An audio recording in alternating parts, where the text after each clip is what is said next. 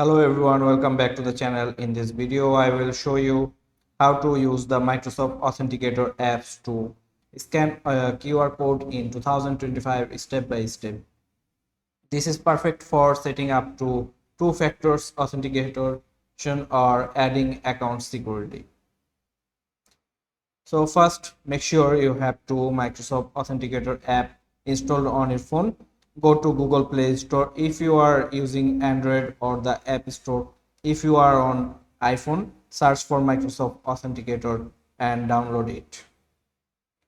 Once installed, open the app, sign in using your Microsoft account, or you can start without signing in. If you just want to add other accounts, allow me necessary permission like camera access, because you will need it to scan the QR code.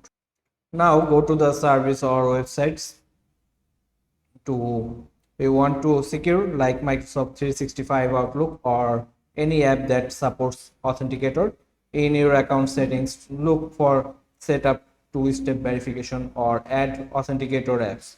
A QR code will appear on your computer or other scanners. So on your phone, tap the icon or add account in the Microsoft Authenticator apps. Then select the type of account, Microsoft or others. Your camera will open. Simply point it at the QR code on your screen. The app will instantly scan it and link your account. After scanning, the account will appear in the app with a 6-digit code or approval system. Enter the code or approve the sign in on the website you are setting up.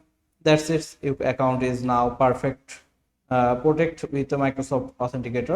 And that's how you use the Microsoft Authenticator apps to scan a QR code in 2025. Hope you are enjoying this video, and if you found this helpful, don't forget to subscribe the channels.